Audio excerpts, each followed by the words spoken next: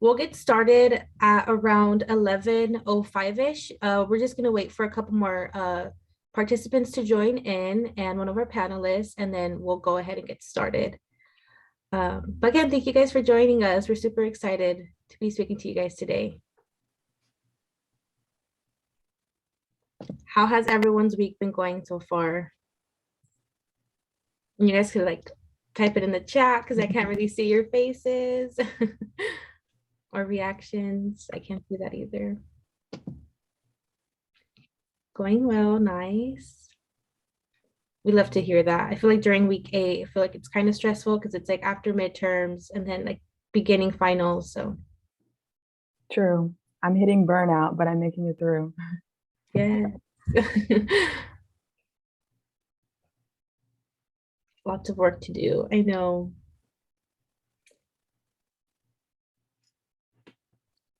Relatable. I hope everyone's like enrollment window is going well. I know it opened this week, so hopefully you guys are getting the classes that you guys want. That's like always stressful too. I feel like I always have to have like backup schedules for myself because it never goes as planned.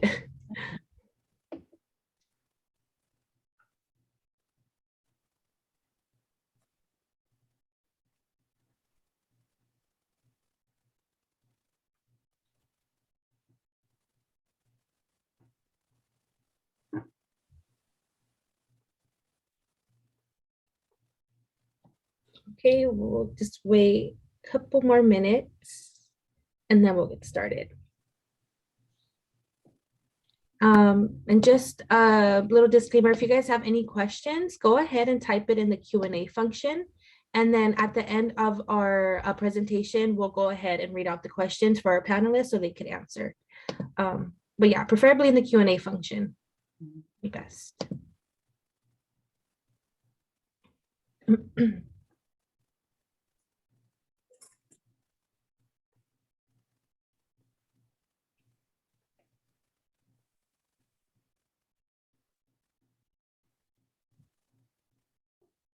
Okay, a couple more participants just joined. So we'll give it one more minute. Oh, 11:05. A couple more seconds. Kim is here too. Oh, She Kim. just joined. Yeah. Perfect. Hello, Kim. Hi, Kim.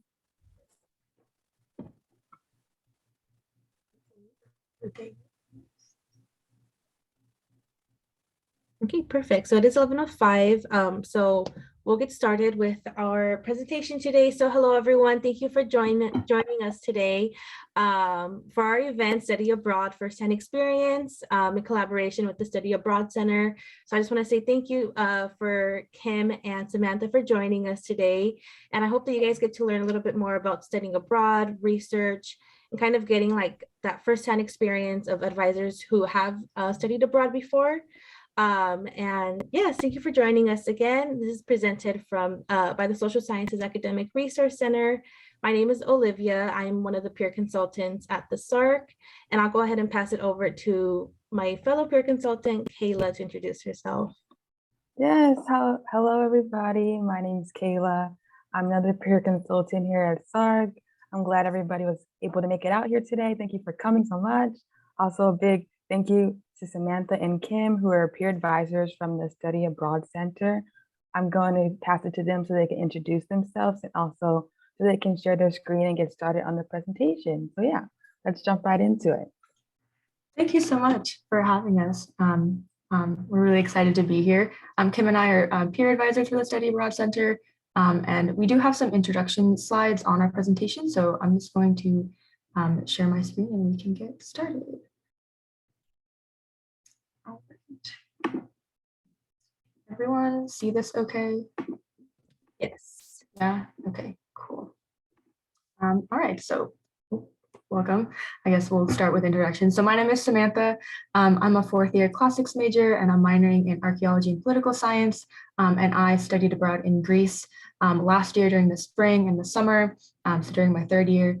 And during the summer, I did my research. So I'll talk about that when we get to like my personal experience and Kim's personal experience with studying abroad. So this presentation, I'm going to go over kind of the options that students have for studying abroad and a couple research opportunities. And then Kim is going to talk about how like the process works and how you apply for study abroad. And then Kim, if you want to introduce yourself. Hi everyone. Sorry, I'm in my class. My class just ended now. And I'm Kim, and like you said, that I'm one of the peer advisors for Study Abroad Center. And I'm an undergrad freshman majoring in biological. And I'm originally from Vietnam and moved to US 3 years ago. So technically I'm studying abroad. But in the past, I studied abroad in France for like 2 months when I was in 8th grade. So, and we will talk about my experience, personal experience later. Okay, so for research options, there's a ton of research options for studying abroad. The main 3 ways students at UCI study abroad is through UC EAP, through UC programs, and independent programs. And I'll get into the differences in between those as well. And there's a ton of countries to go to. There's over 40. UC EAP alone, I think, has 42 countries that they go to. So there's even more than that if you include the countries that other UC programs go to and the independent programs. And for study abroad in general, you can go anytime after your freshman year, all the way up to like your last quarter at UCI as a senior. Yeah, so I'll get into the differences. So UC EAP, sorry about that. Okay. Stands for UC Education Abroad program, and this is for all UC students on all UC campuses. So it's UC system-wide, so all UC students, like no matter what campus you're on, can apply to these programs. They, like, as you can see by this screenshot, there's 164 programs that they go to about like 40 countries, like I said, during the fall, winter, spring, and the summer, and they have quarter programs and semester programs. The question that we usually get a lot is the difference between like going on the semester program, even though like UCI is on the quarter system. And so for the most part, if you're going during the fall semester, you're just going there for longer than a fall quarter. So you'd start a couple weeks before UCI starts, and then you'd end around the same time. And then for the spring semester, you would usually have to miss winter quarter and spring quarter because spring semester like overlaps both of those. And that's just a good piece of information to have because some people don't really understand how like the units transfer and like what time you'll be leaving or what time you won't be in the US. So just wanted to say that so that everyone knows that. And then all your financial aid can come with you. So because UCEAP goes through all UC campuses, any financial aid that you get through UCI goes with you. And that can help you pay for the program and the tuition and stuff like that. And also for every single class that you take at UCEAP, you'll get UC credit automatically and it's added to your transcript and it averages into your UCI GPA. So your grades are posted on the UCI transcript. And if you want any specific classes to count for certain major requirements or GEs, there's a couple extra steps that you do, but a lot of students do that. And it's not super hard. You just have to make sure you keep in contact with your academic advisor and anyone else that needs to sign any forms to like make sure that you got all your education stuff done with. And then below there's the website. So if anyone wants to like look it up right now, you can. And at the end of this presentation, if we have time, I can also share my screen and show you some of the website things so we can like help you navigate through it as well. All right. And then for UC programs, the main difference between UC EAP and UC programs is that the UC programs go through a specific UC campus and they're taught by that campus's UC faculty. So UC EAP is open to all UC students, no matter what campus, and then UC programs are specifically headed by someone at that campus. So UC Davis has a pretty established study abroad program, and they go during the fall, winter, spring, and summer, and since they're on the quarter system as well. But also other UC campuses like UCLA, Santa Cruz, they have summer abroad programs as well that you can apply to since you're also a UC student. And again, it's very similar to UC EAP, all your financial aid comes with you.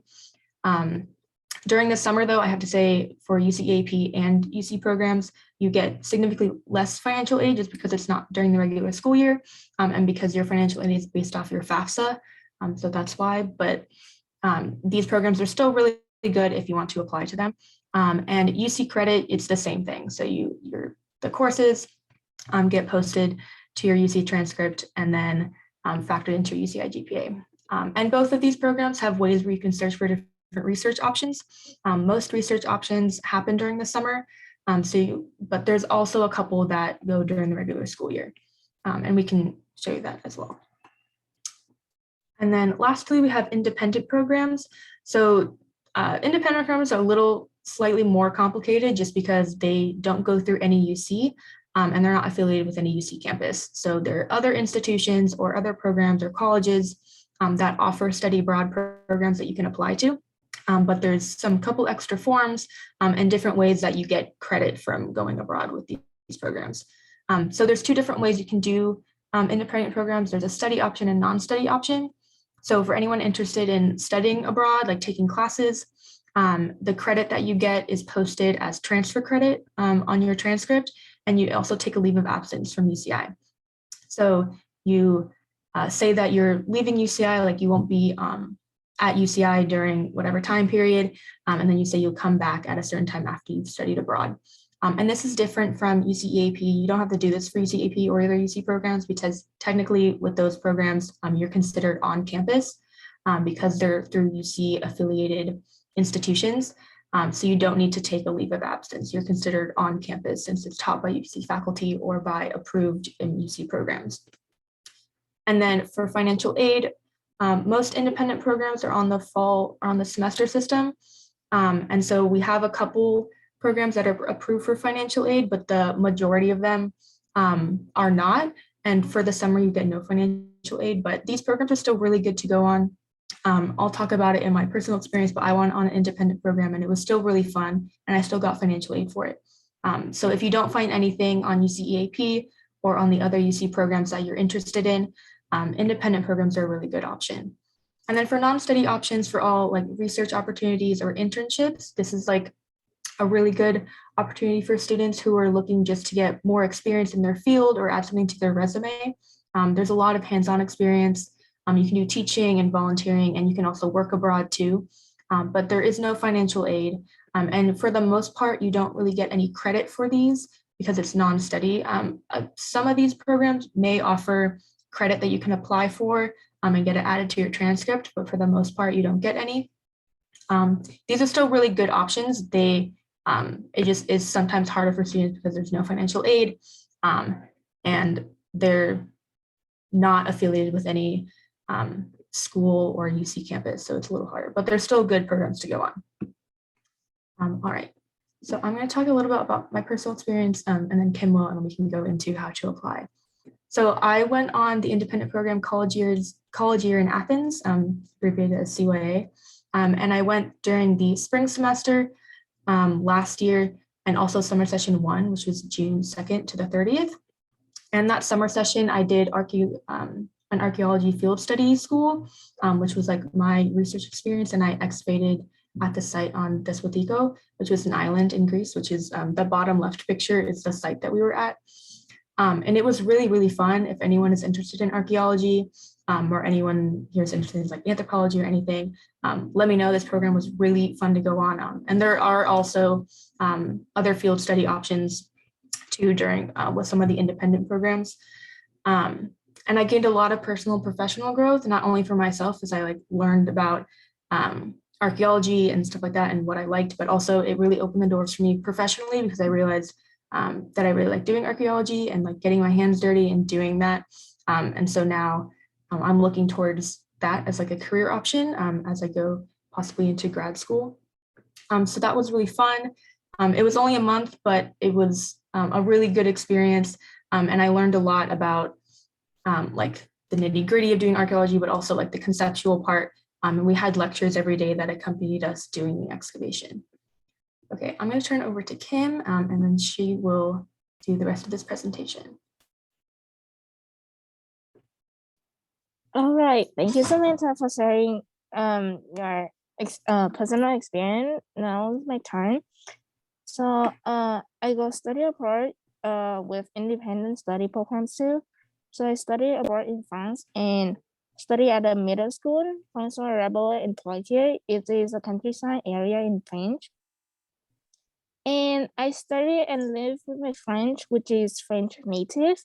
So I follow their lifestyle, their schedule, and adapting to a Finnish life. I try a lot of new stuff that I couldn't imagine that I would do before.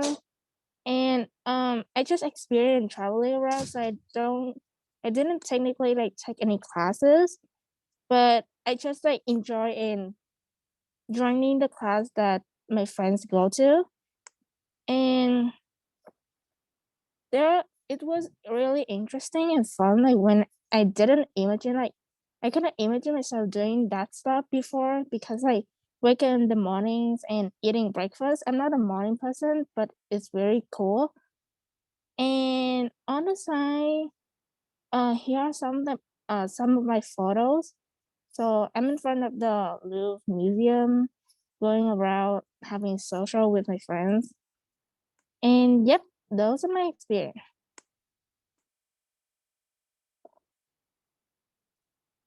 Okay, so first of all, the tuition and the cost. So the cost and tuition vary by the programs and you can afford it. The program costs the same or less than the cost of attending UCI. And if you accept all of the loan and the grants, the financial aid award will adjust and probably cover the total cost of your programs. And the financial aid award also vary by the term that you want to study abroad. So more financial aid availability during the academic year, and you can also apply for the scholarship to get help with the cost. Okay, so how to get started? So I recommend you guys visit our website. So our UCI study abroad, we also have the link on the slide. And then you click on the student from the navigation and then select how to study abroad. And then you will see the step that we will show you guys in a minute. And then you need to make a UCI profile. And then you need to like, you can go over the program and choose the one that you want to do the best. Okay, so here is like after you get to the tab like how to study abroad, so you will see this step.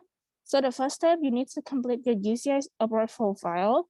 So this one is the profile that we need your information, all your information that we can keep track of, like where you on the application process.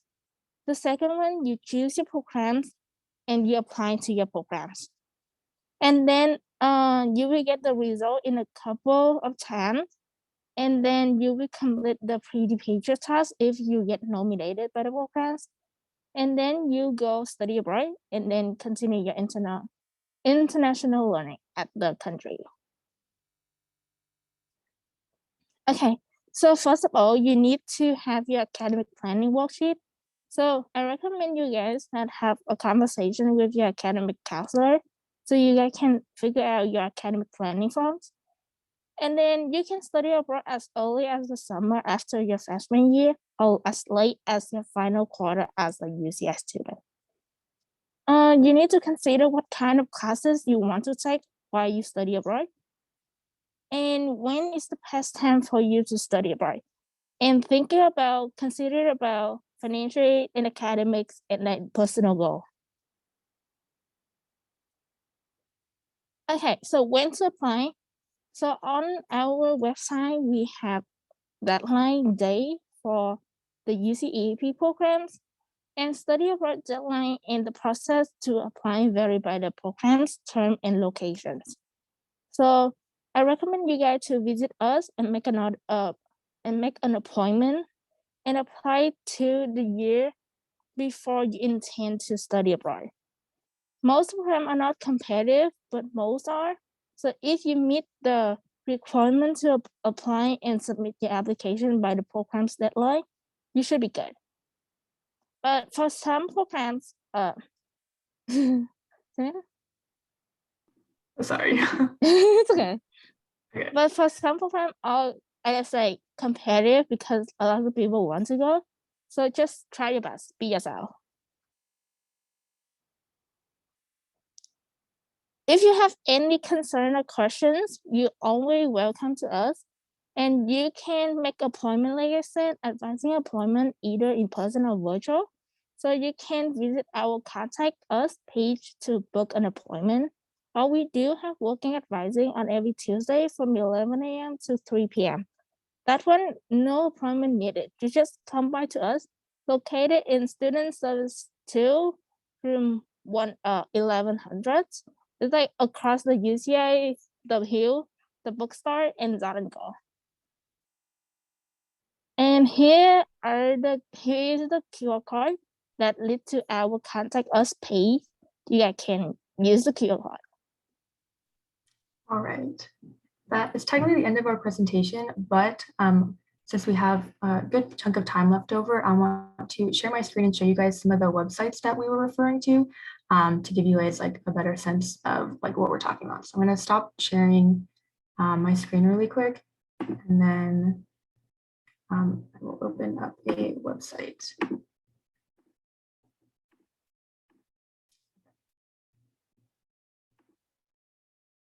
So this is the UC-EAP homepage, and it's where most study abroad students find the programs that they want to go on. So if you just look up in Google like UC-EAP, this website should pop up. So if you go to menu and then find a program, you recognize this was part of the screenshot that we used during the presentation. And so we encourage a lot of students to look at this first because there's a lot of program options and also all of the classes that you'll take, or any units that you get or credit from doing any internships or research automatically get added to your transcript. So you can browse through programs like using these filters, which we like really encourage students to use because sometimes it's really hard to narrow down where you want to go. Some people have certain region or a country that they really want to go to, so they automatically filter for that, which is great. It's good that you know what you want. But if you're kind of confused and you're not really sure what you want to do, I just really encourage you to try to use as many filters as possible. And if you're looking for research specifically or internships, you can go to experience type and then scroll down and look at all these. There's a lot of experience types, but most of them are the same thing. So like international and immersion are pretty much the same thing. There's no real difference. The only differences would be for internship and research. So if I like clicked on research, then we have like 9 programs that pop up. So you can do like engineering in Japan, but there's field research in like Mexico.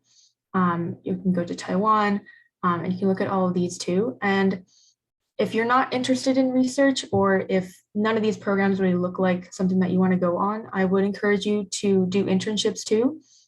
And so you can like browse programs that are specifically for internships. And also some programs here, they have internships too, but they're not listed because under the internship tab, because they're not specifically internship focused programs. They offer a lot of classes and then internships on the side that you can apply for. But there's a lot of program options. There's a lot of places to go. And so we encourage students to like take as much time as you need to filter through these programs and look what's best for you, because we know it can take kind of a long time and you're not really sure what's going on, but rest assured that you do need about a year to plan your whole study abroad like experience. So we encourage you to make that UCI abroad profile and then to start looking at programs like this. And then I will show you. So on our website, the UCI abroad profile that we were talking about is right here. So if you look up like UCI Study Abroad Center, this website should pop up. And then this is the login. And this is just a portal so that our center can like keep track of everyone who is applying for studying abroad.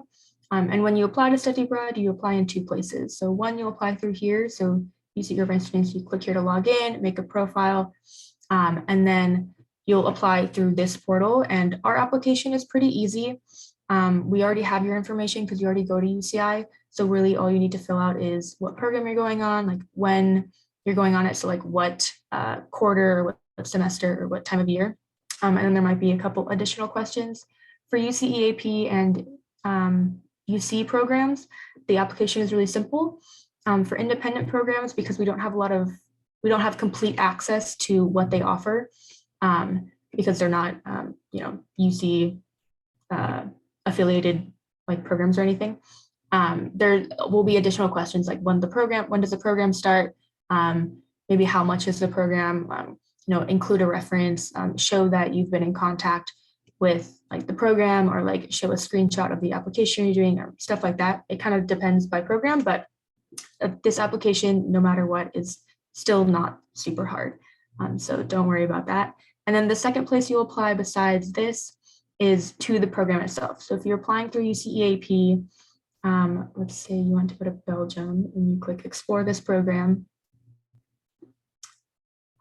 Down here, you can click apply now and it'll take you to the UCEAP login homepage, and you'll make an account with them and then apply through here as well. And this application is longer, but there are no, there's no like letters of recommendation or any personal statements you need to do. If they do ask for a personal statement or an essay, usually it's just one essay, and it's like, why do you want to study abroad? And that's about it. And this application, it just has a lot of personal information and academic information. So you'll just be checking a lot of boxes, filling out what kind of classes that you've taken in the past, what kind of classes that you want to take while you're abroad, and stuff like that. And you'll do the same thing for independent programs. So go back to our website.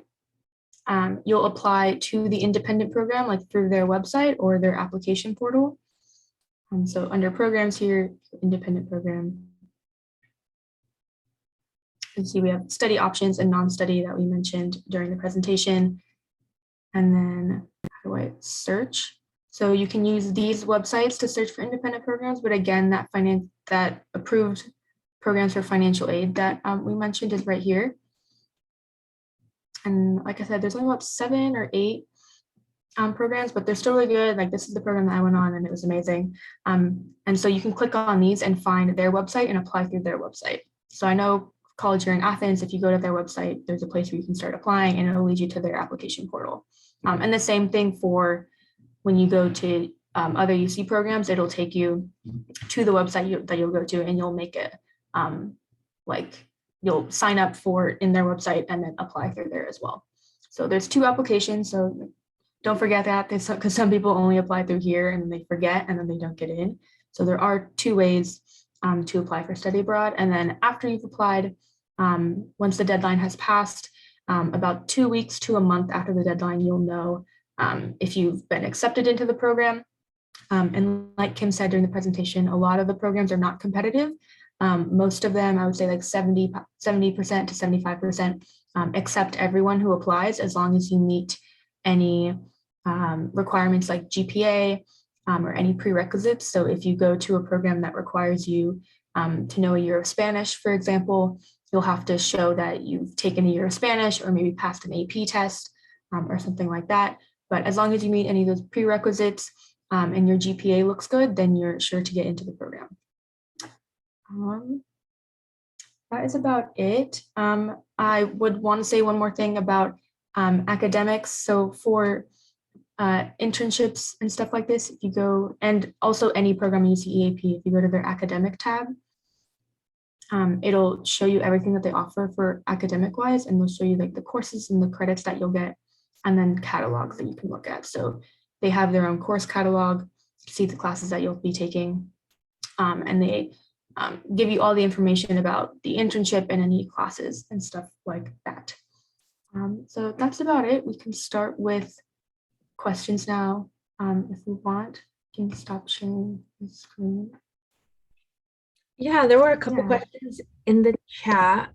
Kim already answered them though, but I just wanted to ask if you guys could go like talk about a little bit more about your experiences, like what made you guys want to study abroad? Did you like, how was like the classes? Did you guys like, obviously if like it was different like taking classes over there than here, so like how was that? Yeah, Kim, do you want to go first? I was talking for a while and then I can say after you. Yeah, so I'm planning to study abroad like after my 3rd year with the physics theory for biological school. So of course I wonder like fulfill my degree requirement for the physics theory. So I'm probably applying for the university at Allen, I remember. So yeah, but I did not study abroad before with UCAP. So Samantha, can you talk about like your experience? Yeah, sure. Kim, do you want to mute yourself? Okay, sorry. Yeah, a lot of people haven't studied abroad, as of right now, just because of COVID and stuff like that. But so my experience, since I'm a classics major, which is like ancient Greece and Rome, like history and stuff, I really wanted to go to Italy or to Greece. And so I found CYA, which was a really good independent program. And that's how I applied to it and was able to go. And I took 5 classes during the spring semester. And it was really fun. And then we got to do some field study while I was over there too. And then I wasn't planning to stay for the summer initially, but I was over there and I like didn't want to leave. So I just applied again. I like emailed the study abroad center and was like, hey, I'm still in Greece, but I really want to stay. Like, can I do that? And they said, yeah, sure. Just like, here, apply again. You're already there. So most of the application stuff I could fill out pretty easily because I was like already in the country that I was going to. And then I applied to the same program that I was on. They had a summer session, so I applied to that. And I was just interested. I'd never really done anything with archaeology before. I'm an archaeology minor, but I've only taken like classes about like art history and stuff like that. And so I was really excited to do some like field work. And that was like just a really, really good experience. Yeah, that's kind of about it. Are there any other questions?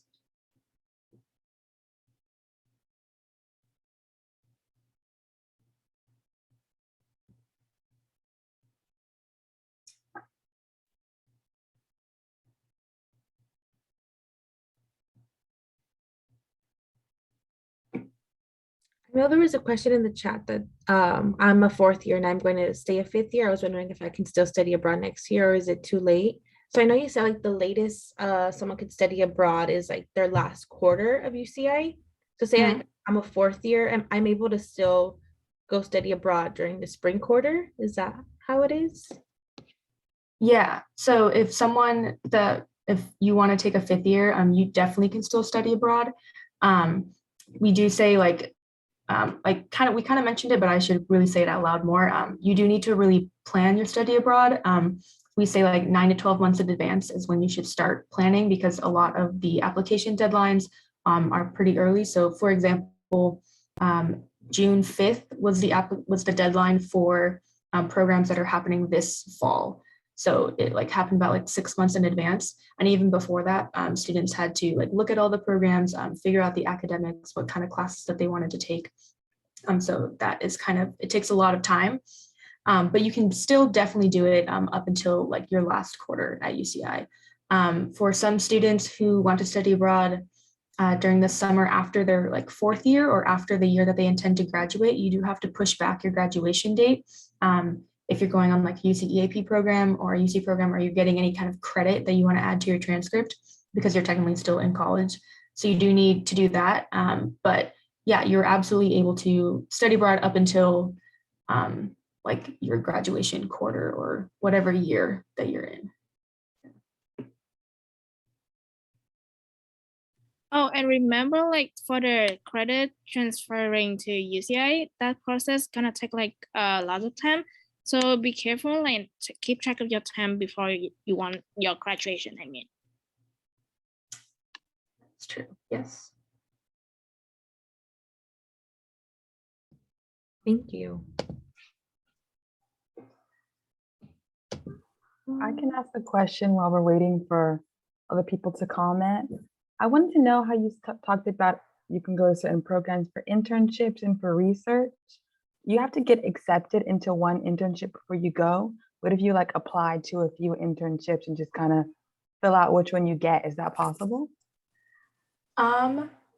So like if there's multiple internships in one program, is that Yes. Okay. Yeah. So for some, it kind of varies by program. Some programs have like one internship that you apply to, and some are programs that offer a lot. And so you apply to the program, and then after you've been accepted, then you get to choose the internship, or they'll help you through the process. I will say for study abroad in general, no matter what you're doing, research, internship, like just studying, doesn't matter.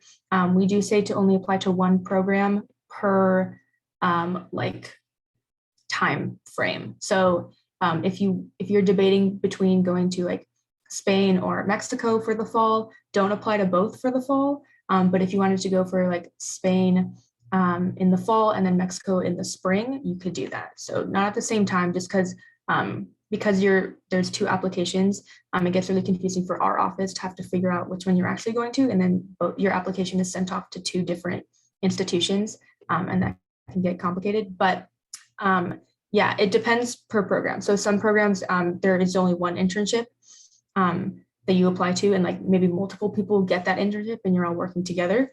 And others, there's multiple internships within the program. And so you just apply to the program specifically. And then after you get accepted, they like lay out different options for you. Thank you. We actually have a question in the chat. So the question is, when you study abroad, can you only take classes that count towards your major or GEs, or can you take just some fun electives if you want? Yeah, you can take whatever you want. So you can definitely take fun electives. Some people, like Kim mentioned, that she's like the physics series. So the physics series summer program is specifically for students who want to take a whole year of physics in one summer in like 8 weeks, I believe. And so usually there's like an Ireland program or a Scotland program that you apply to. And so that will cover your entire year of physics. So if you're like a biological science major or anywhere in STEM and you need to take physics, you can take that to fulfill that kind of like GE/major requirement. But if you're really like flexible with your schedule, you can take whatever you want. I know we've both advised students who are really flexible with their schedule and they don't really care what they take abroad, because like they'll finish all their major classes by the time they go abroad. And so they kind of just take whatever they want. So you can do whatever. If you do want major classes though, that will count towards certain parts of your major, either for GEs or like elective major requirements, there's like additional forms that you fill out, and you can talk to your academic counselor about that too. But yeah, you can definitely take whatever classes you want. The world is your oyster.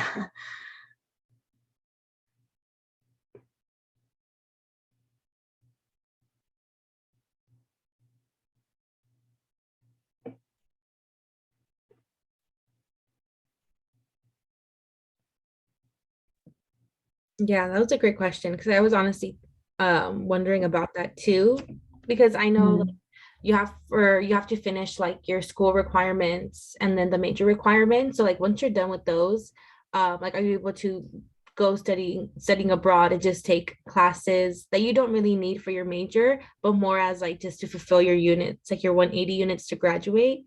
So that's super cool. I honestly didn't know that. Yeah, you can definitely do that. And we've also had students who they purposely take a lot of major required classes at UCI. That way, when they go abroad, they can just take a bunch of GEs. So it's like really easy for them. So you can plan that out like that way as well.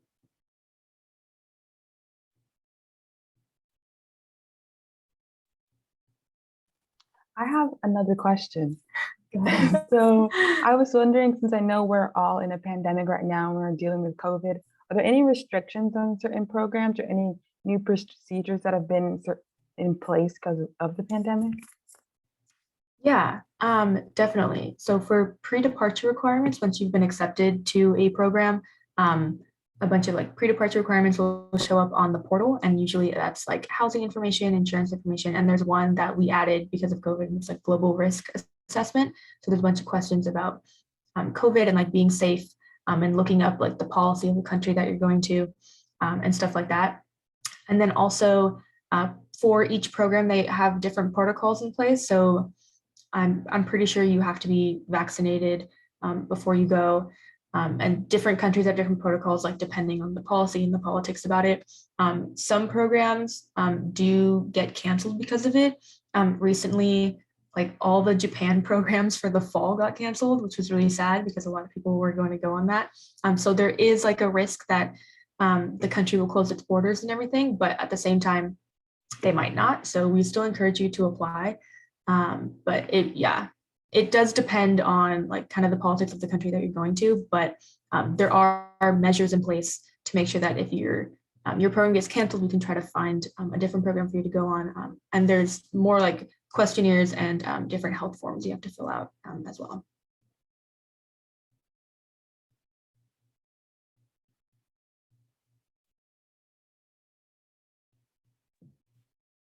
And what would you guys tell like a student that wants to study abroad but is very hesitant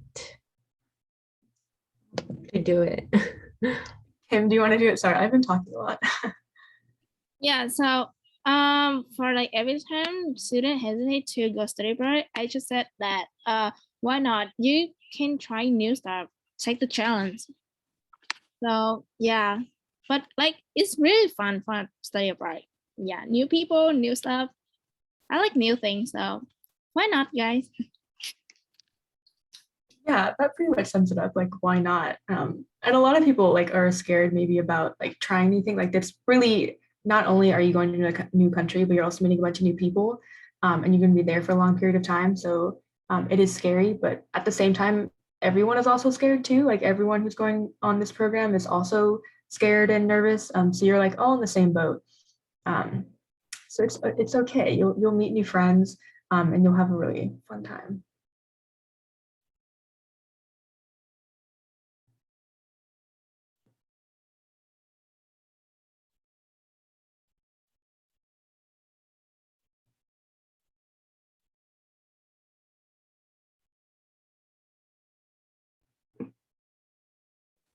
What advice would you give to students that have like no idea where they want to travel to? Like they know they want to go somewhere, but they don't know where. That is such a good question. I would say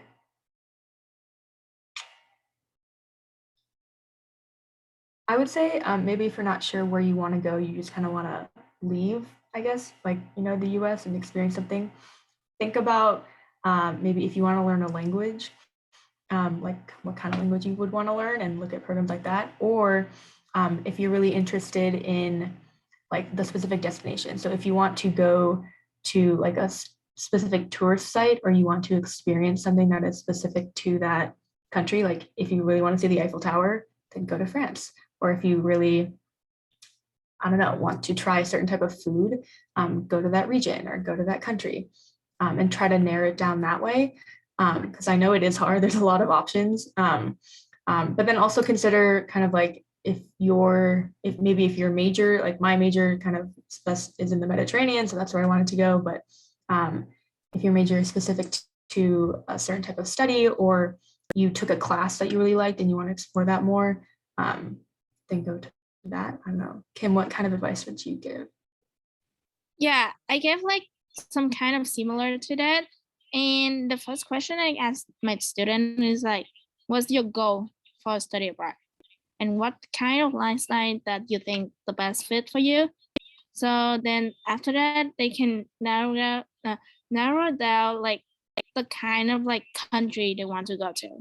And then after they can choose the country, I will advise them to like look at the programs and find out like the housing type, the cost, and the academic, because those elements are like some kind of like that will help them to narrow which program is the best one for them. So then when they go study abroad, they can really like actually enjoy to the programs. So yeah. Thank you. And then we have a question in the chat. So while studying abroad, do you have freedom to explore the country on your own? And does UCI put restrictions on things that you can do? Good question. Yeah. UCI specifically doesn't put any restrictions on things that you do once you're in the country. You are a UCI student, but there's nothing that they can really do to restrict you to do anything. Mostly the program will like look after you. If there's any restrictions in the specific country that you're going to, then you have to abide by those. But yeah, a lot of students take studying abroad as an opportunity to like explore the place that they are, or go to a different country. One of my roommates, she just came back from studying abroad. Actually, she was studying abroad in Italy in the fall, and she, during some of their like long weekends, she went to Paris, and she went to like the Netherlands and to Greece. So there are options where you can even like leave the country and go places. So you definitely have like free range on whatever you want to do. And also a lot of the programs offer different like excursions and stuff that you can sign up for, or they can just tell you. You can always like ask the program, like, what are good things to do around Tokyo, or like where should I go in Japan or something to like have a good time. And they can like guide you to that place. So you definitely have full control over where you want to travel, as long as it's in the any like policy restrictions they have, like because of COVID or something like that. Yeah, and following that question, I was also wondering, like, when you study abroad, do you guys have, is it like similar to UCI, like where you guys have your own like academic advisor, or like a faculty or staff that's there to kind of keep you on track, kind of see how you're doing, or if you need like counseling, talk to someone out there while you're studying abroad? Yeah, definitely. Once you go to the program, you're like under their supervision. So they have a lot of resources. So if you go, like my program is kind of small compared to other ones, but they had their own group of like advisors that you could talk to, and different professors. But if you go to a bigger university like Yonsei or something, which is I think in Korea, it's like a really big university, like kind of like UCI, where there's a lot of resources available, and they can definitely guide you in whatever direction or any type of needs that they want to take care of you. They don't want you to ever feel like you're being left out or just like kind of on your own, because you are in a new country, like kind of by yourself with other people, but they want to make sure you're safe and everything. So there are, yeah, counselors and everything is available to you.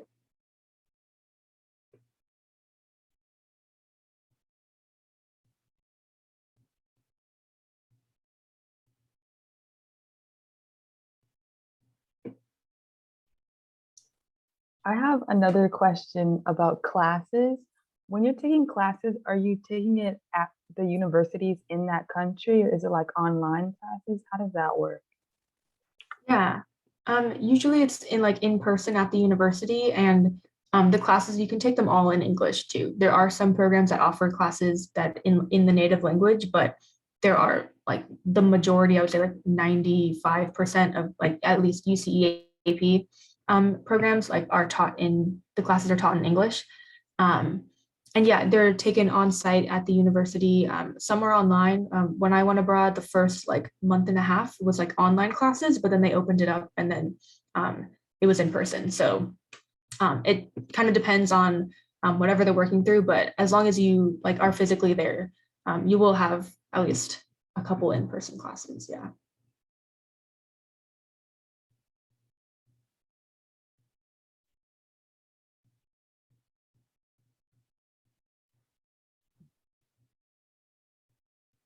Nice, that's really great to know. If anyone else has any questions, feel free to type it in the Q&A function. Um, but if not, I had another question, and it's for, Samantha and Kim, but did you guys experience culture shock while you guys were studying abroad? Did you guys get like homesick or anything like that? Yeah, I definitely had culture shock. I can't really pinpoint what it was exactly, but it was very, you do feel removed from like, your home society, I guess. And at first I wasn't homesick because I was really happy to be in Greece, but then eventually I was, but I could always communicate like with my parents or with my friends back home. But yeah, culture shock is something that a lot of people don't consider when they first go abroad, and then once you're there, it kind of hits you. But yeah, Kim, do you have anything to say? Yeah, I definitely have culture shock. So like when I was in France and like live at my friends, like they are like actually French native. So they actually have like breakfast with cheese, bread, and then I was surprised that at dinner, I don't know, but like the family doesn't have any like big meals. They only have potato and some slice of like meat, honestly. So I was like, how, why don't you get like, why aren't you get hungry or like something like that? So I just like ate the potato and some slice of meat. And then in the middle of the night, I was so hungry, so I sneak out of the room and I cook like make a cup of noodles, And then I was making it, and my friends walking out of the room and then look at me like, she was like really like confused. So I explained it to her and then I taught her like how to make a cup, like noodle cups. And then yes, really, really fun. So like this was kind of awkward at first, but it was fun. Yeah. Thank you. Thank you guys for sharing that. It's really interesting to always hear like stories about like culture shock or like specific things that you guys experience. It's cool.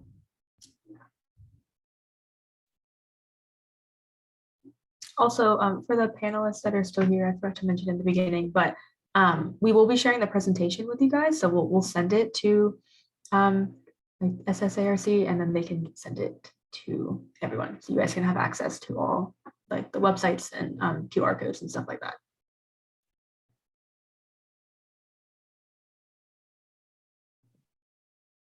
Yes, thank you. Thank you for sharing that. If you guys have any other questions, feel free to type it in the Q&A function.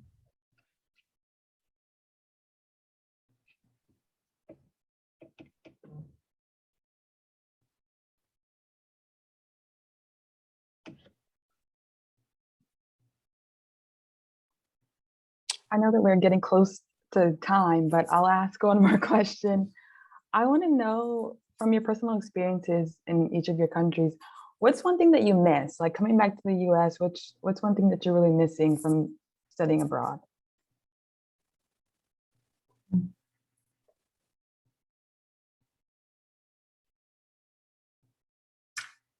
This is kind of a weird answer maybe, but in Greece, they have like really good food delivery services. Like Uber Eats here, I feel like is really expensive and kind of annoying, but they have this like app called Wolt, like WOLT, and it was like really fast, and there was like almost no delivery fees every time I ordered, and it was amazing because for when we first got there, we had to quarantine for a week, and so we were like always just like getting stuff delivered to our apartment, and it was always super fast, like within 20 or 30 minutes, and it was always really cheap. And that's what I envied, that, and also public transportation was also really good.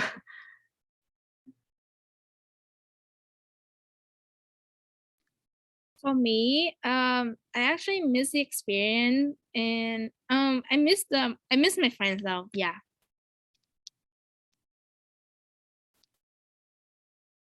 We also had a question in the chat. It says, when do we find out if we are accepted? And Kim said UCEAP and UCI Study Abroad Center will email you if you got nominated or not.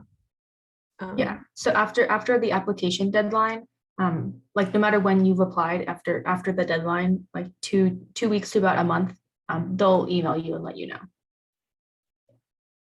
Perfect. And then the same student, also, I'm still waiting for my passport. Will that affect my application if I'm looking to go to a summer program?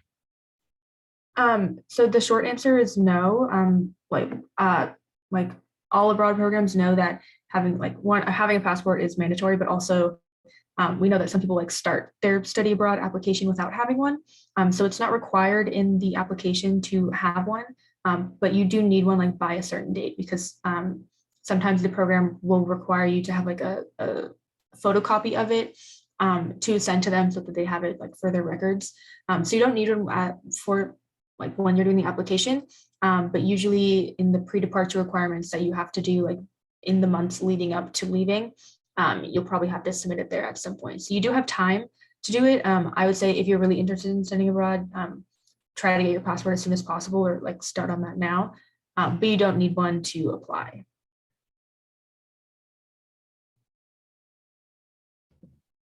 Thank you.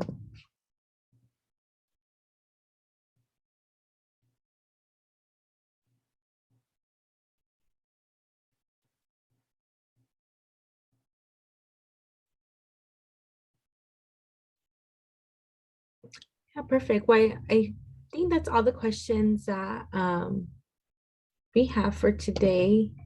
Just making sure there's no more questions in the chat or anything. Yeah, perfect. Well, yeah, we'll wrap it up. I want to say thank you so much for Samantha and Kim for joining us today. And I hope that you guys learn more about studying abroad, how to get started, and hopefully motivate you guys to study abroad. I'm kind of interested in doing it now. Thank you so much. And I also did want to say this recording will be posted on the SARC website, so you guys can go check that out as well. And how Samantha said, we will be sending out these presentation slides to our attendees today. And I'll pass it over to Kayla. Yeah, thank you everyone for coming. Samantha and Kim, thank you so much for answering all of our questions. We really appreciate it. Thank you for taking the time. And yeah, I think this was a really good session. So I appreciate it. Thank you. Thank you guys for having us. It's fun. Of course. Yeah.